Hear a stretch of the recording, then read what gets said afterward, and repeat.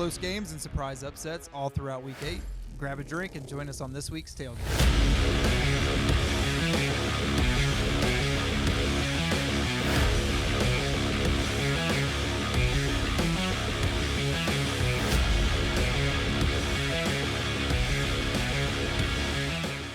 Hello, and thanks for joining us. As always, I'm Luke, and I'm here with Michael and Dennis. Hello, everyone. Oh, hey. He It's spoke. Dennis. It's Luke. I don't know why I was doing that. I don't know, but you didn't finish. Sounds about right. I didn't finish. Yeah, no, that's the title of my team this week. We didn't finish. Before we get into too much, let's get a word from our sponsor. Yeah, let's go to our sponsor. So tonight, again, we are sponsored by Explore Tours. If you are in the Middle Tennessee area or visiting the Middle Tennessee area and just want to know the story of Nashville or just get to know the neighborhoods and other sights and sounds of Nashville, check it out at exploretours.com. So there were, as you said in the intro, like there were some upsets, some very surprise upsets, and some weirdly close games like that we dealt with. But at the same time, like, you know, I don't know. This weekend was. It was interesting. Yeah, it was a weird weekend. It was weird because I feel like some of the games that like look close weren't close, and some games that were like 2-3 touchdown differences it seemed it was actually a lot closer if you watched the game. Yep, exactly. So, but I mean, the big first game that we're gonna like kind of recap tonight is like literally like easily the best and biggest game of this past weekend. Yeah, sure. and I mean, it definitely, I think, was the biggest game of the weekend, just in terms of you had two Big Ten schools kind of going at it, kind of the first real clash of the Titans in the Big Ten conference. The thing that's funny is, like, this was, you know, heading into this, lots of people were really high on Penn State, were really high on Penn State's offense. And then during the game, it was really a defensive game. I mean, when you looked at the game, it was the two defenses that were really stopping. Now, I'm a defensive guy. I love defensive games. However, a lot of people thought it was a really boring game. It ended 20-12, so only 32 combined points.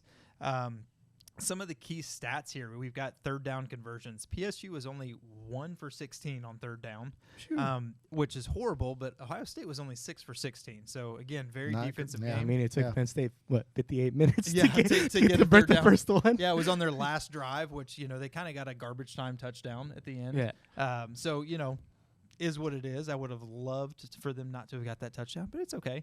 Aller was 18 of 42, 191 yards. He averaged 4.5 yards a play, one touchdown, and he had a QBR of 29.4. McCord, you know, for everything that they're saying, McCord's, in my opinion, doing a really great job for kind of what he stepped into. Yeah. He was 22 of 35, 186 yards, which I think 163 of those were Marvin Harrison. 8.2 average, QBR of 87.2. Rushing, two teams that are known to have great rushing offenses. Penn State had 49 yards. Ohio State had 79. Both of them averaged 1.9 a carry. Wow. Receiving, PSU 191 yards. Ohio State 286. PSU had 2 sacks. OSU 4 sacks. There was 1 turnover in the game by the Buckeyes, which was on a punt, which Penn State had 9 of those, and Ohio State had 6 of them. Ohio State missed the only field goal. They were 2 of 3, and Penn State was 2 of 2. Now, the thing the recap that I will say is when you start talking about plays of the game, a lot of people are going to start talking about the Marvin Harrison touchdown that got them up to that 20 score, or they're going to start talking about the defensive stops. I mean, with as many defensive plays as there were. My play of the game, and I think the thing that really kind of changed the direction, was Penn State had Ohio State pushed back into their end zone. Mirko, their punter, was at the edge of the end zone. Momentum's kind of shifting Penn State's way, and he comes up with a 72-yard punt that goes to the 24-yard line. Totally flipping the field. Yeah, took that wind great. Out of Penn State's sail. Yeah. So it was a great punt. So, but that's There's just so much excitement in your voice as you're like, that's great. I'm just all monotone. Honestly, like I you're as monotone as Penn State's offense. So. Listen, man, I just had to bring the energy to tonight. Well, you brought the energy the first half, and then and then now I'm just I'm just cruise controlling. But no, like when watching that game, and I didn't get to watch all of it because one of my buddies got married this weekend, which was a lot of fun, and but. The plays that I got to see with McCord especially, like it really doesn't surprise me that his QBR rating, like his rating was that high. Yep. Just because, man, like he was making some passes that I was just ballsy passes. Yeah, he was. I mean, when you're throwing to Harrison, it's easy to make those. Mm-hmm. The one thing that I will say about him that I'd really love to see him clean up, he throws off his back foot a lot. He does, yeah. And so that's kind of one of those, like, if you can just plant, you're going to get a little bit more. And then he's not as accurate. You're seeing Marvin Harrison, you're seeing Egbuka when he's playing, you're seeing Cade Stover. They're having to stop and go behind them. Yep. And if he could hit them in stride, we're going to see this offense really start to excel and really start to get above 20 points. So I mean, I hope so, man. They have I feel like one of the more talented offenses, easily one of the most talented receiving corps, if not the most talented one. But McCord, honestly, don't get me wrong, he's impressive in a lot of different ways, but I feel like if he didn't have the receiving corps that he has, he would be just above average kind of most type quarterback. I think he'd be below. Yeah. I will say if oh, wow. 100%, like I think he's done his team, his receivers, his defense has bailed him out a whole lot. Because a lot of these throws you're seeing Marvin Harrison have to make a great catch. You're seeing Cade Stover have to leap over somebody. There's some throws that he missed that if he was just a little more accurate, they're going to be better. Like I wonder how much he relies on basically the talent that he has around him over just like him individually just trying to improve as a player. I mean, don't get me wrong, from the beginning of the year to now, he's done like quite a leap. He's in terms grown of a lot, yeah. Yes.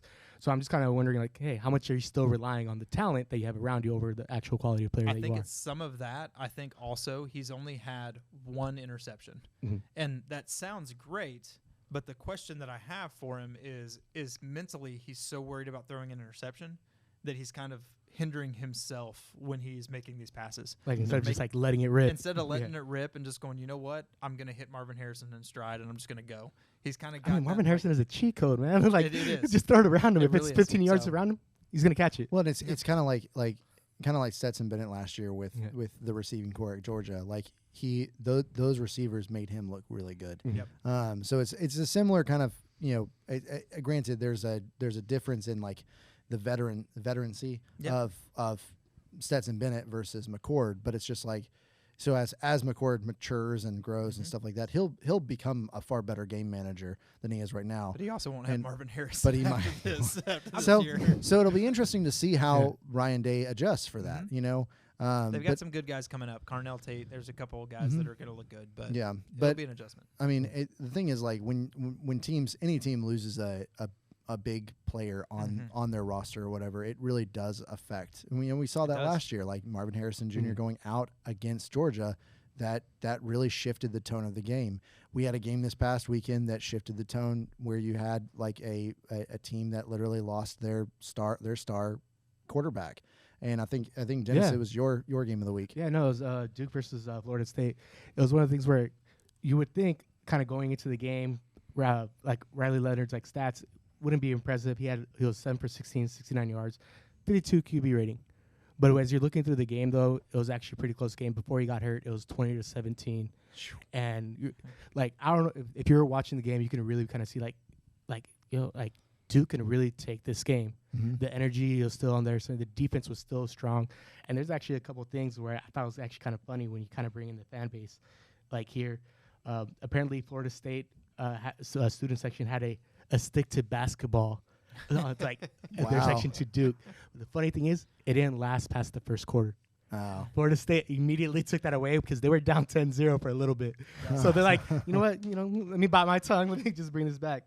And I mean, honestly, it really goes to sort of like, Duke is actually for real. Like if Riley wasn't hurt 3 minutes left in the third quarter, they could have done a tremendous. I don't want to say a tremendous amount of damage, but they definitely could have beaten Florida State because as soon as their backup, Henry, I believe his last name is Belton, came in, I think they only, for the last 17, 18 minutes, they only qualified for about roughly 20 yards.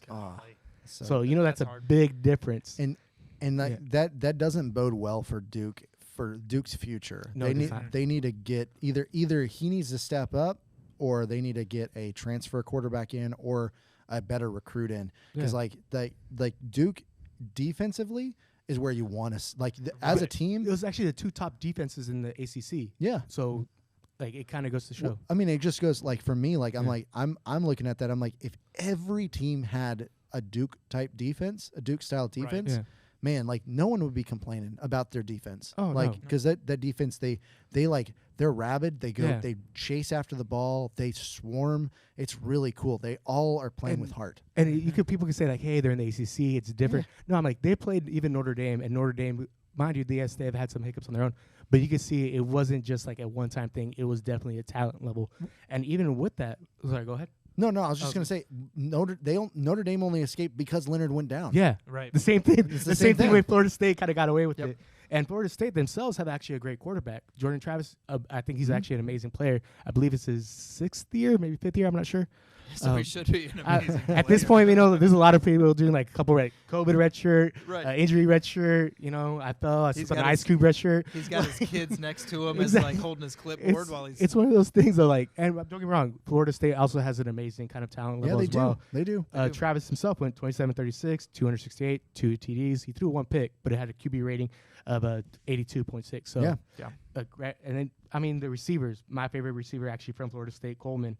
He played a solid game. It wasn't anything crazy that he did. 2 catches, 54 yards. But I feel like he's an ongoing threat, not to the capacity of Harrison, but he definitely has that kind of talent level where he's like, hey, if you sleep, he's gonna arguably he's got burn a better you. quarterback throwing to him. Mm-hmm. So I wouldn't even say arguably. I would say and I'm not even gonna make that don't insult him that way. Don't insult him. So he's got a better quarterback throwing to him. So he's got a lot more opportunity. So. I mean, I would say out of our probably the best games of the week, he probably is probably the best quarterback that's there. Fair enough, yeah. He showed up in the second half. Even though the quarterback wasn't there, he has a tendency of showing up there. True. But just go over my game of the week real quick. Tennessee, I just wanted to let all the Vols fans know, Tennessee did beat Bama 31-29. Tennessee number 6 beat Bama number 18. We're not talking about rugby. Oh, dang it. Yeah. Although they got better technique. Yeah. This is college football. Sorry, guys. Let me change to the other stat. So Tennessee won 20-7 in the first half. Yeah. And that's all I'm going to do because Tennessee didn't finish out the game, so I'm not going to finish out the stats. So why would I do that? Why should you finish?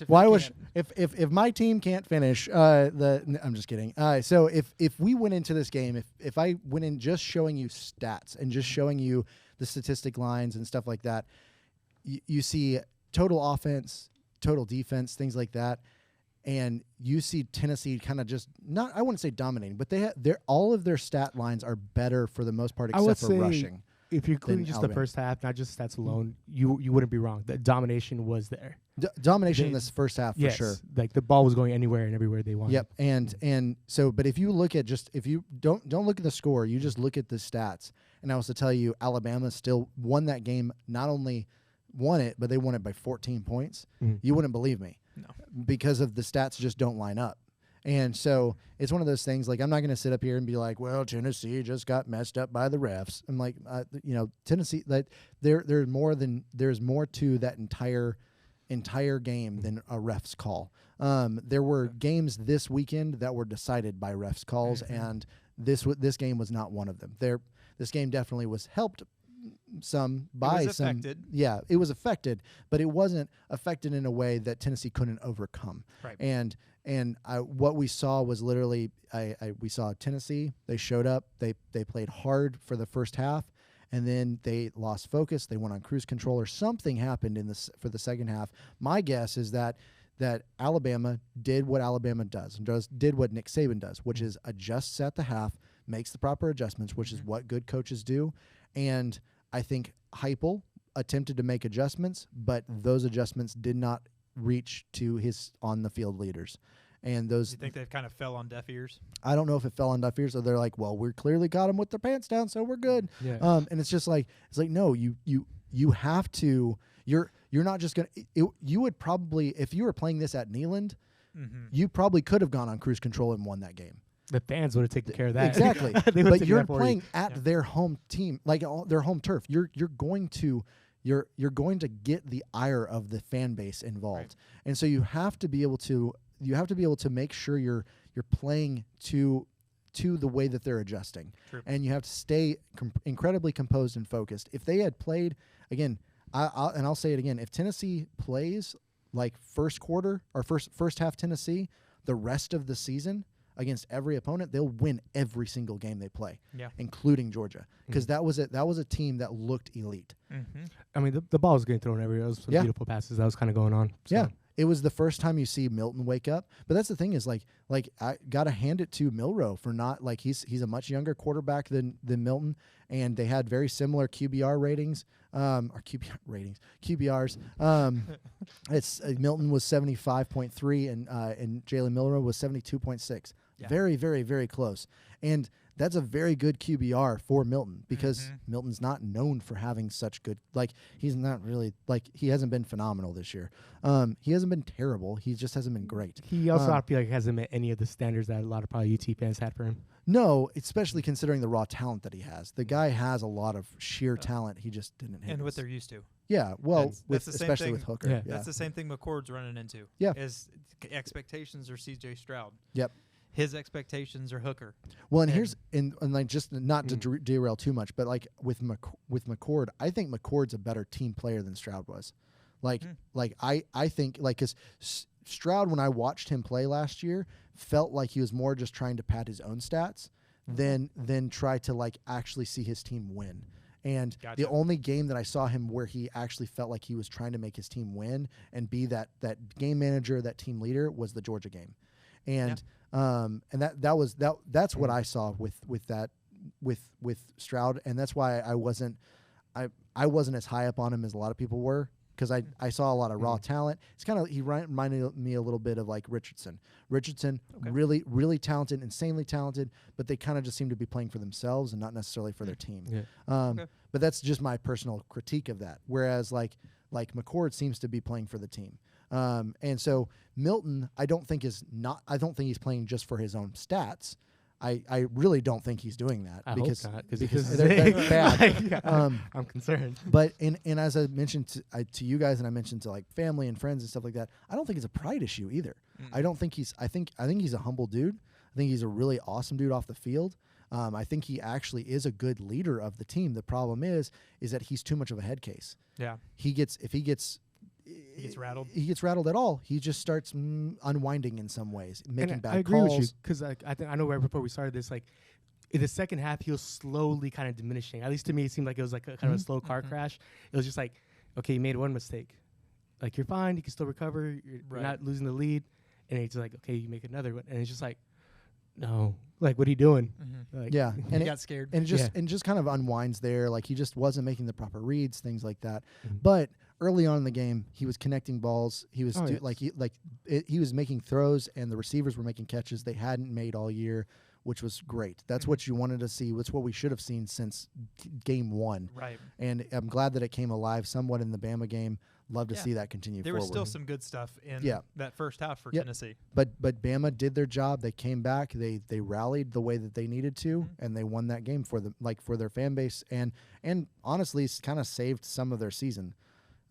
So, but I would say save their season pretty well. Like, now they're actually like, hey, you can actually win the SEC, or you can potentially at least go to they the still have to go through LSU. Yeah. I think LSU can beat them, but depending if Daniels wants to get hit or not. that's true. That's true. But no, I mean, one of the good things though about the UT game, though, I think I really got to one of the things I really got to point out is actually exactly how you said. The first half they were playing beautiful, perfect offense, receivers, quarterback. I really have to give it to Square White. He had an amazing 39-yard catch early on. I believe it was the first score of the game when it comes to that. Mm-hmm. And he was able to stretch out great body control and everything like that. And I know when we were watching the tape earlier, like, it kind of surprised me. It always surprised me. Like, I know he's not a big dude. Mm-hmm. Yeah. Like, I know he's not. But probably that's why he got the name Squirrel. Yeah. But it was just like he still had a great adjustment and be able to not just burn the receiver, but to have that kind of body control and this kind of adjustment is just like, I wish it was given to him more often. True. Because I love actually watching him play. I love when he goes deep. Tennessee kind of has a tendency of going through like a quick, just kind of like, hey, quick screen passing, like, hey, use the talent level of that. Yeah, Yeah. bubble screens are great. Exactly.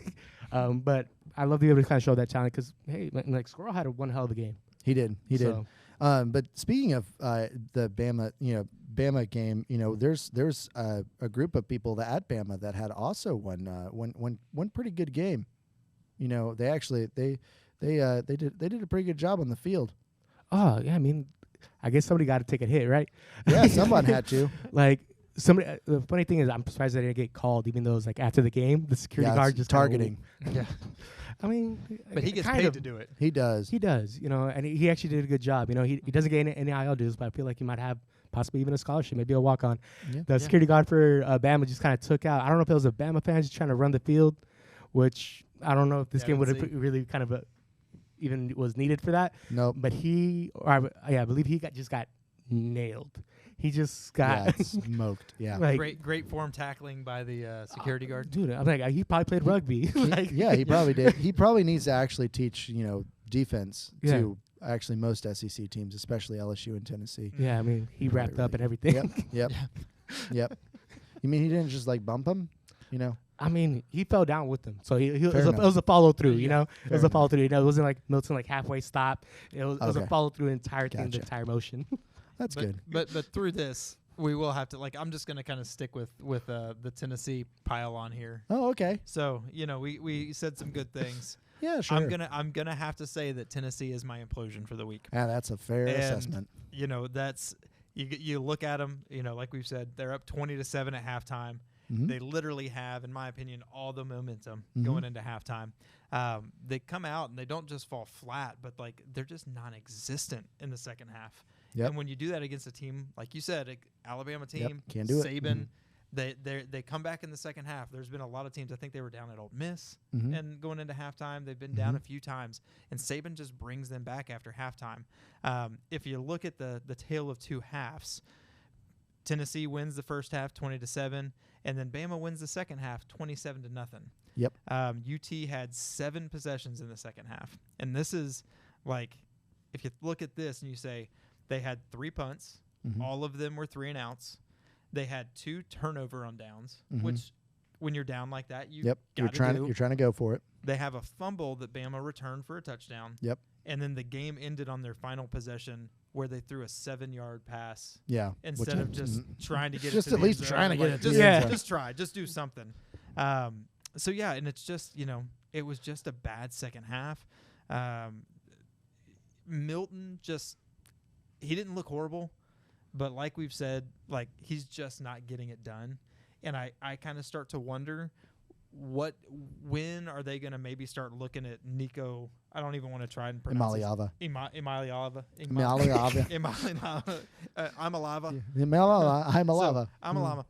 But so it's kind of like, when do you start kind of looking at him and going, hey, you know what? I think if they get another loss, Yeah. it's very likely that they're going to say, hey, bud, Milton, we're going to have you take a seat. We're going to bring Nico in because I think he's a freshman. He's that a right? freshman. So Mhm. get him some reps, give him Mhm. some playing time. Know he's going to mess up, but he's got Yeah, that the time. the other option that Tennessee has in that regard is actually the third string quarterback, Gadsden Moore. Okay. Gadsden Moore actually came with Heupel from UCF, so he already knows Oh, okay. Heupel's system and Oh, he that's runs it incredibly efficiently. The fact that he hasn't been put in at all really worries me. Like, because I'm like either he's not up, like he's really just not up to snuff, or like Heupel is just sold so much on just putting in Milton just because it's Milton's last year and Milton has really stuck there. And, I'm like, it would be such a great Cinderella story if Milton like had been overthrow Joe and turns into like some, and I'll say he's not really been overthrow Joe this year. His ball No, I touch think has he's been, only thrown like maybe like 1 or 2 passes a game. Like it's not really consistent. he's not very Right. consistent, but he's also like, he hasn't been bad at by any stretch Yeah. of the imagination. He just hasn't been great. He really hasn't been consistent. But Gadsden Moore is I watched him in the spring game in the spring scrimmage, and he was the only one that was consistently going down the field with third stringers against second and third string defense, which I get it, but still he's going and he's running that offense significantly faster than both Joe and Nico.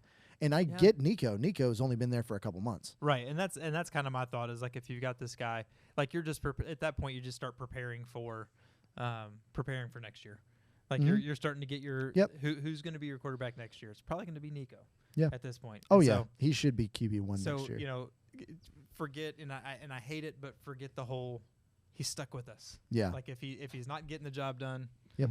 Put somebody in there who, if they can't get the job done, at least they're getting some valuable reps. I mean, the honest thing is, I don't think Milton's going to get passed up for the NFL. He's got too much raw talent, and he can be developed at a high level. So I best I see him as a backup. I don't see him. No, I agree. I agree. I don't. A good backup. Yeah. I think that he's going to be one of those people that they put in at the end of a game for a Hail Mary because that's just what he can do, and because he's just insanely good at that. Yeah. But and honestly, wouldn't surprise if he becomes like a Jamarcus Russell type thing, where he's just loved because of his arm and blows up to something else. Well, he's a fast dude. He gets clocked at like 21 miles an hour when he's running, which is insanely fast for a QB. Oh no, he got a lot of upside. But it's just like it makes me wonder if it would have been better for Milton if he had just switched over to being like a tight end or something like that because of his size.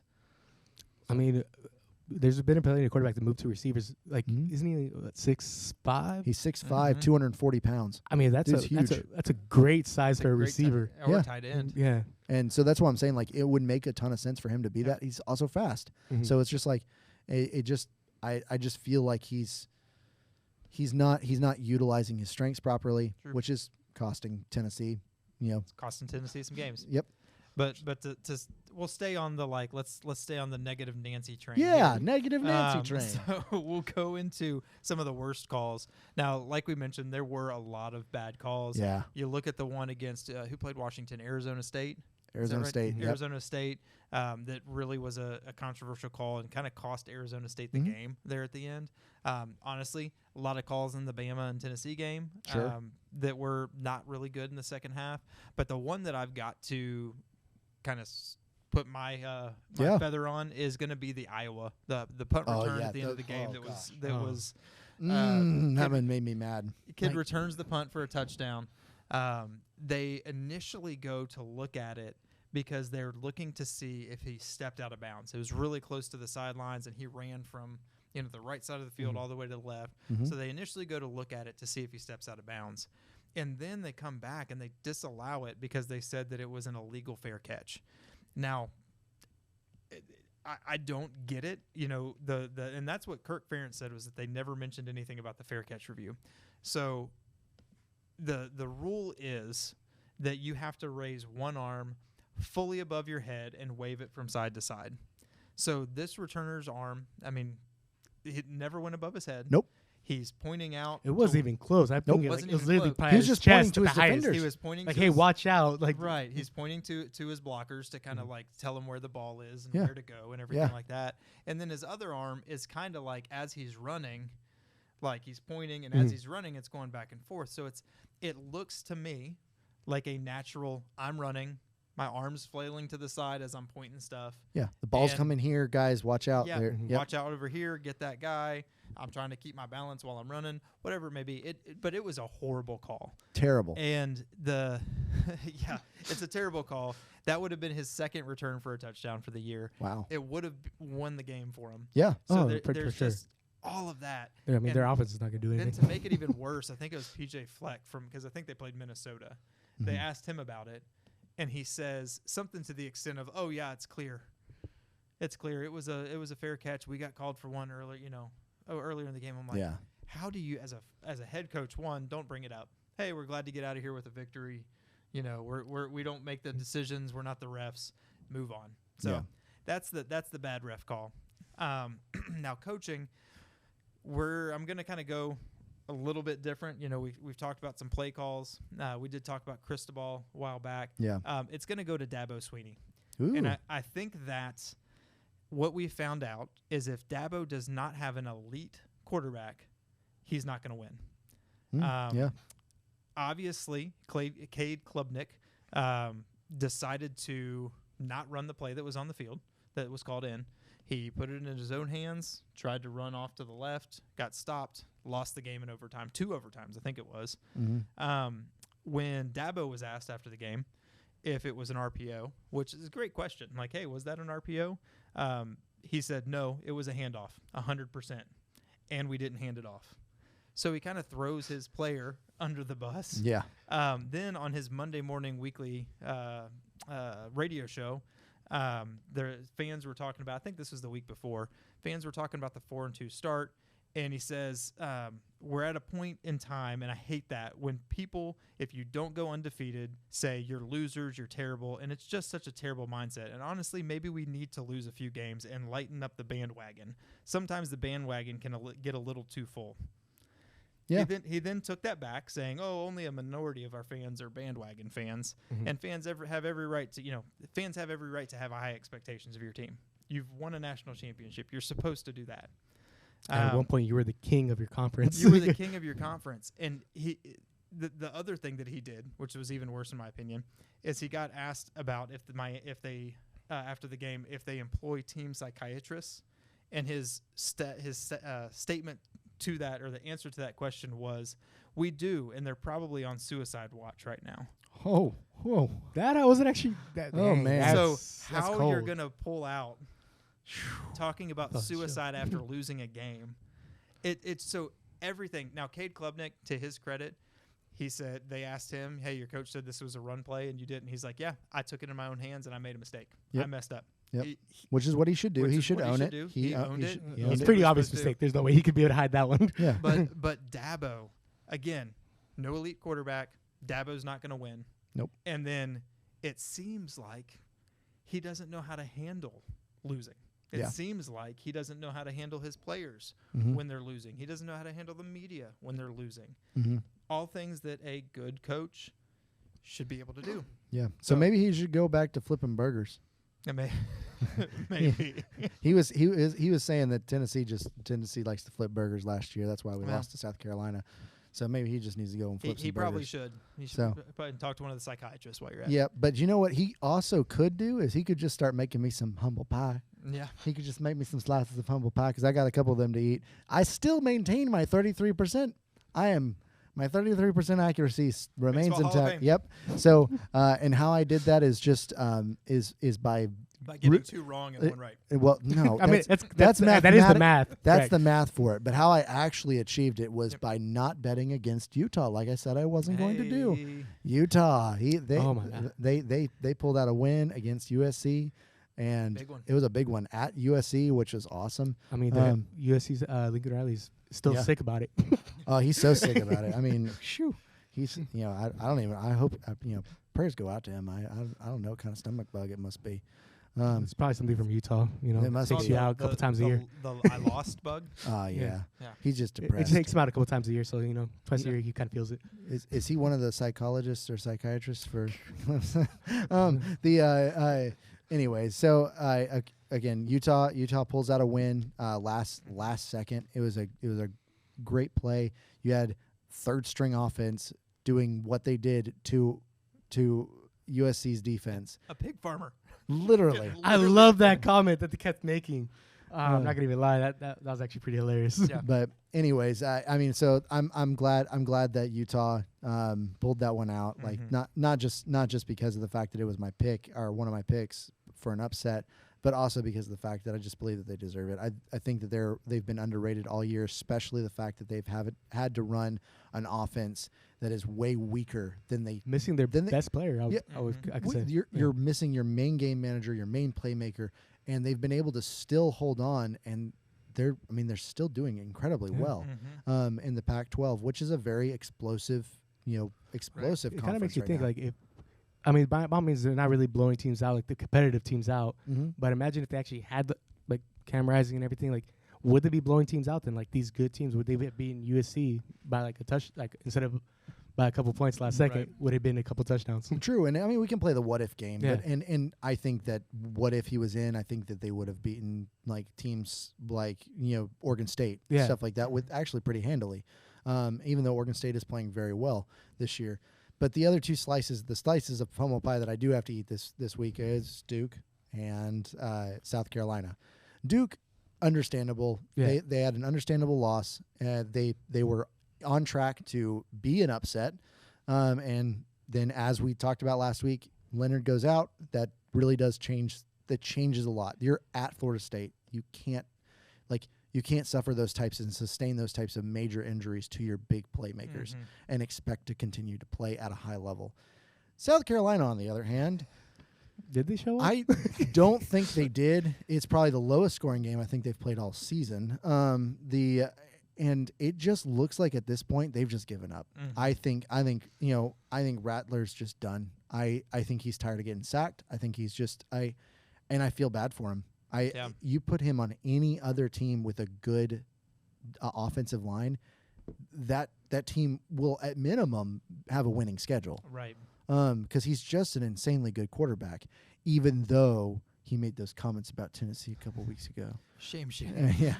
But I would love to see them pick back up and win some more, but I just really don't think they're going to. I think they're going to end up at best 4-8 at this point, which is really sad because they had a lot of aspirations to be a minimum of 8-4 this year. Maybe they'll be the yearly implosion. Yeah, the yearly implosion for just for the actual what we actually expected of them. Right. But now that leads us into this week's upsets. We're not going to spend too much time on those because we have to get into our. Don't focus on the past. Yeah, don't focus on the past. We got to go into the future. But we do also have to cover our games of the week. Just quickly go over those. But my first upset is BYU beating Texas. Okay. I think BYU is there. I think they're ready to take it to a big team like that. Like they've been playing at a high level everywhere they've played this year. They are weaker on the road, and so unfortunately they are playing at Texas. But with Ewers out or expected to be out, then I see BYU having a better chance of actually upsetting Texas. My next one that I've got is Colorado State beating Air Force. Talk about another team that has been in almost every game they've played. Yep. That it's played hard and they're clearly very well coached.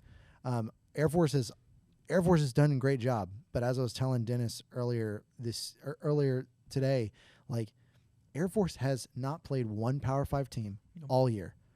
I don't understand how someone that's not played a Power 5 team is allowed to be in the top 25. I don't care if they're undefeated. That's just if you can't beat a Power 5 team, you shouldn't be in the top 25. That's my personal opinion on that statement. Because you've got Colorado State who has played. Why do you hate the military? Why do you hate our servicemen? That's the boys in blue. And women. That's the Falcons. That's not what I'm saying. That's not what I'm saying at all. Stop misconstruing. No, I'm 100% agree. But I think Colorado State is. I think they're itching for a good win, and that would be a phenomenal win for them. Their years, not really. I wouldn't say unsalvageable, but it's. I feel like it's a year that those people kind of expected them to have, though. True. But in terms of the way they play their games, I feel like it's kind of impressed a few people, even myself. Definitely. Yeah. Well, and my last upset for this week is Arizona beating Oregon State. I think Arizona. I think they have one of the most underrated teams in the Pac-12, and they just have gotten kind of jerked around by some either bad calls or some just luck on their opponent's side. They've played solid on both sides of the ball, and I think this is a game where they're going to show up and show out. And they've really gotten. It's being in the pack. This year, it's really easy to get overlooked. There's so many teams doing so much good that even though they are doing a lot of good, like you said, some of these unfortunate things happen to them. These luck on the other team side. They are a good team. Yeah, they are a really good team. Mind you, they beat Washington State very convincingly well, 44-6. So yeah. Oregon State, I believe they kind of have the same kind of talent level as Washington State, so wouldn't be surprised. I don't think it'll be that kind of crazy of a blowout. No, but it definitely be something. I feel a closer game, like how you say, definitely an upset either way. Yeah. Well, and speaking of Pac-12, I think that leads us into our first game of the week. We've got a pretty good Pac-12 game going on. Yeah, I think it's going to be a very every week it kind of seems like we're having a Pac-12 meetup. Is this a meetup that's is a big game, and we've got Oregon and Utah, and so that's going to be my game of the week. Good game. Going to be a great. Oregon kind of has. You see, Oregon is kind of the complete package. Their total yards a game are 553, and they're allowing 312, which sounds like a lot, but in today's kind of game, 312 is not that horrible. Utah is gaining 345, and they're allowing about 295. And the way that Utah's playing, the momentum they have, the fact that they got, they just beat this, they won with a pig farmer. Yep. I mean, like, they have a lot of momentum. They've got a lot of confidence. So it's going to be a fun game. I think it's going to be really interesting, though, playing two high-powered offenses back-to-back weeks. Yes. So Can they keep defense up is that going to be defense? Yeah. defense is definitely going to be tested. If you consider USC elite. I consider Caleb Williams elite. Okay. That's fair. Everyone else probably works in the pig farm. All right, well, tell me your game of the week. My game of the week is something that kind of Michael mentioned earlier. I actually had BYU versus Texas as well, and I think honestly BYU could take it with Texas kind of quarterback Ewers out. I believe they have Murphy, Malik Murphy, kind of sitting in, so another freshman. Also, kind of surprised that he's the person most likely to start. Yeah, why would you not start a Manning? I mean, freshman Manning didn't do that good in UT in the past, so maybe they're trying to avoid that. I don't know. Get that magic. But we're going on with that, though, is the reason, like, I kind of go with kind of BYU possibly kind of winning this game. So, I mean, if I had to say it upset, I would agree with you. Like, they played Texas Tech this past week, and they destroyed them. They had 3 interceptions, 2 fumbles, and that's the type of energy you want to go into your next game. Mm-hmm.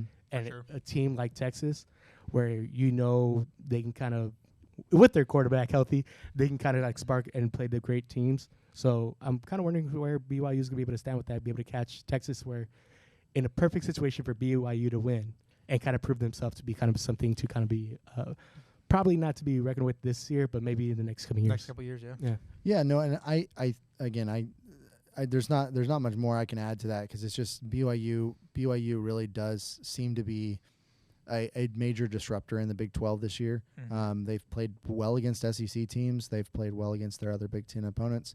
I mean, they just disrupted or Big 12. I'm sorry. He's like, make sure he's like, get it right. We don't want BYU. Yeah, Big 10. But I mean, like what they did to Texas Tech just a week ago, just like impressive. At Texas Tech, I believe too, which is even more impressive. But my game of the week is going to be Georgia versus Florida. The good old SEC game of the week. Both teams are coming off of byes, so they both have had time to prepare. To my understanding, Bowers is still out, which that's a major weapon on Georgia's front, on Georgia's side that they don't have. So second weapon, like their first and second weapon, and maybe third. I believe he gets used more than Marvin Harrison Jr. Right. The first option, the check down. Well, yeah, and it's just one of those things. Like I'm not going to put anything like as an upset this week. Like that would be silly. The Florida just doesn't have the depth at all to beat Georgia. Georgia's maybe just if got they too drink much. enough Gatorade, it'll help them out. They could. But again, they're playing at a neutral field. You've got, and I get it. It's still in Florida, but it's Jacksonville. There's not as many Gator fans. I mean, there most as people in think Florida there don't are. even know they're in Florida, so That's true. I didn't know I was there when I was 7. exactly my point. And look at him. He grew up to be a UT fan. I just didn't know where halfway I was right. at. No, I'm just kidding. My dad made sure I was raised right. So Then why aren't you an Ohio State fan? because my dad He was knows what good teams are. his dad can only go so much. It was halfway right. Well, we The play. other half, Michael. You can only go so far north. We play 2 halves. Hey, you know what? Well, we'll see about that. Michigan might not play 2 halves. Michigan might not Ohio have to play State 2 halves. defense plays, four Yeah. quarters. But I mean, again, I just don't see. I don't see unless Florida just does something crazy or Georgia has a bunch of injuries that we don't know about. I just don't foresee Georgia losing this game. I don't even think it's going to be close. I think the point spread right now is -14.5 for Georgia in a neutral field. And so, I easily could see Georgia doubling that. And I'm not giving you betting advice, by the way.